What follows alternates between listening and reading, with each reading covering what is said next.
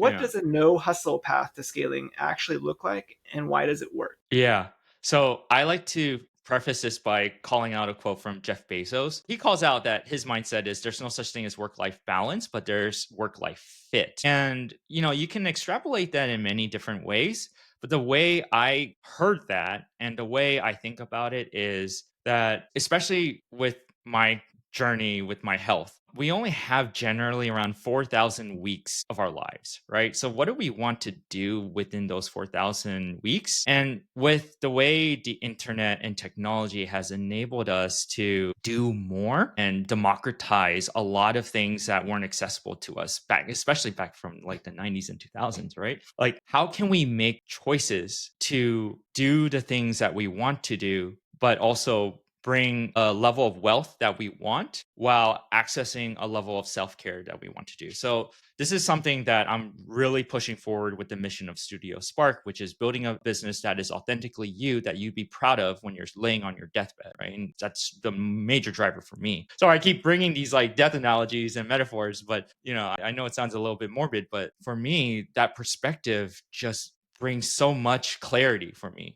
And I know it sounds morbid, but it's like, okay, is this something I'm going to be happy with when I'm there at the end? Can I make a business that's going to allow me to take care of myself and the people that I care about, right? So for me, my biggest things, I have two young boys and I just want to be there for every moment I can, right? Because when I'm gone, the only thing that's left of me is their memories of me, authenticity, self-care, and freedom, right? So in freedom, of course, for me, in my example, how can I build a business that does withstand the market shifts of recessions and government bureaucracy, policy decisions, right? And the different things that are happening in the environment. And how can I also bring in the revenue and wealth building assets that can actually allow me to live the life I want according to my other two assets? So that's kind of the methodology of what I build into my systems. Now, to make it a little bit more tangible and practical, right? What I do with my clients is I definitely take a look at my clients' end-to-end business and we look at all their pipelines. There's three parts to evaluating a company. So we do a prioritization phase where we do look at a little bit more of the woo-woo stuff,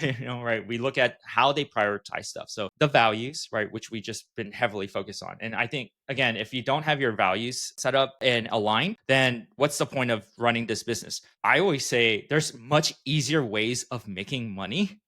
And like, if you're not going to align yourself to your values, you might as well go do something else. This is a little crass, but when I was working at Big Four Consulting, honestly, the way I see it, and people will argue against me and feel free to, but like becoming a partner at a Big Four consulting firm is one of the least riskiest ways to becoming a millionaire.